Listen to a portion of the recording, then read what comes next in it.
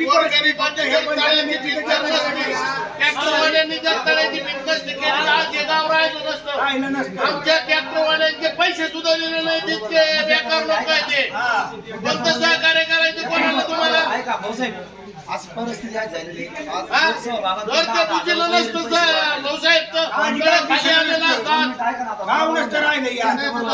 समजायचं या 4 जणांनी माती टाकली, कुणी बाबा मामाने टाकली, आसरा मामाने यांनी टाकली 4 जणांनी माती, बरोबर. मग खात्यावर पैसे 4 जणांचे यायला पाहिजे का दुसऱ्या 8 जणांचे यायला पाहिजे, यांचे तसेच राहायला पाहिजे. मग निश्चित सांगा पाहिजे कसं गोरगरिबांनी कसं काय सहकार्य करायचं. मी नदी खोलीकरण केले त्यांचं भत्ता डिझेल मी पुरवलंय. मग गाळ किती निघाला? गाळ निघाला 1000 टायले ऐकून घ्या. आणि आपण काढला वरच्या तला मधला 4000 टायले खराब भर टाकले. याचे पैसे कोण द्यायचे? 3.5 महिने मी लोकांचे काम करून फिरून राहिलोय पैसे. मग याचा निर्णय कसा होणार? याची बैठक टाका. सरपंचांनी किती तारीख दिली? ज्याच्या लोकांनी 25 लोकांच्या खात्यावर पैसे नाही आले, ज्यांनी टाकला त्या शेतकऱ्याच्या खात्यावर परत पाठवून द्या. हे ठरावात घ्या निर्णय पाहिला. ज्या शेतकऱ्यांनी माती टाकली नाही त्या खात्यावर आलेले पैसे ज्यांचे दिले कसे?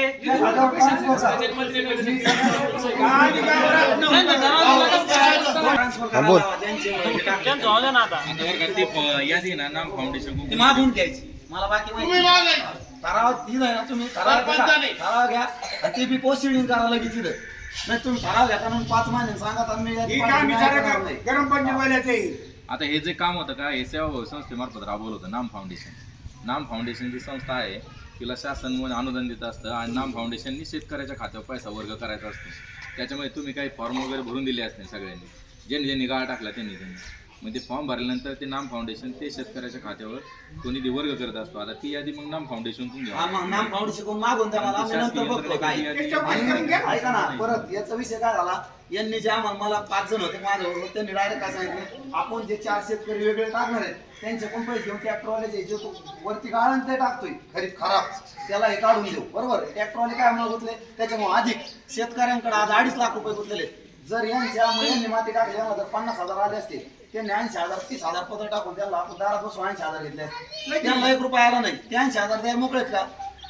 ते शेतकरी त्यांच्या याच्यावर 23,000 त्यांनी 50,000 टाकले, 23,000 त्यांच्या खात्यावर, त्याला 1 रुपया नाही आला. ते द्यायला मोकळे नाही तर 23,000 माती टाकून घेतली त्या लोक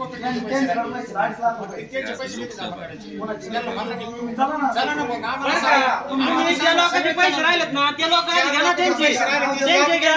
परत लोकांनी सहभाग वर्गणी करून दिलेली ना, आम्ही सहभाग वर्गणी करून दिलेली. ज्या लोकांकडे पैसे राहिले ना त्या लोकांची यादी करून द्या. त्या लोकांना आपण गावाचा काय संबंध आहे? वर्गणी करून दिली.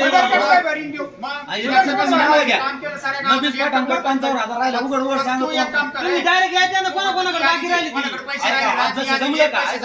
सगळे आणि नाही ट्रॅक्टरवालेच भेटले तर ज्यांच्या खात्यावाले आले त्यांनी परत आहे का तुम्हाला 20,000 आले ना तुम्ही 5,000 द्या तरी मिटून पैसे दान करायचे. मग त्यांनी टाकतील त्या माती टाकतील ना, लोक कोण देईन बोलून.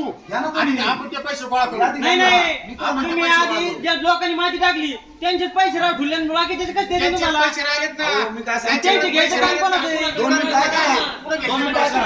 तुम्ही माती टाकली तुमच्या खात्यावर 1 रुपया नाही आला, तुम्ही माती टाकलेली, बरोबर का? आपण त्याची कधी भरोसा नाही दिला की उद्या तुमच्या पैसे पडतील म्हणून. तुम्ही अशी जबाबदारी दिली का? पण उतारे तर दिलेले नाही. मग दिलेत ना, पण तुम्ही एक मिनिट ऐका ना. बोला मग रिसिव्ह ना. मी टाकलीच नाही. माझ्या जेव्हा कसं काय पैसे पाठवेल तुम्ही? आता सगळं द्या का तुम्ही कारभार करायला तर आम्हाला काय माहिती? ग्रामपंचायत त्याला पंचनामा आहे. त्यासाठी आधी पाहिजे मला बाकी माहिती.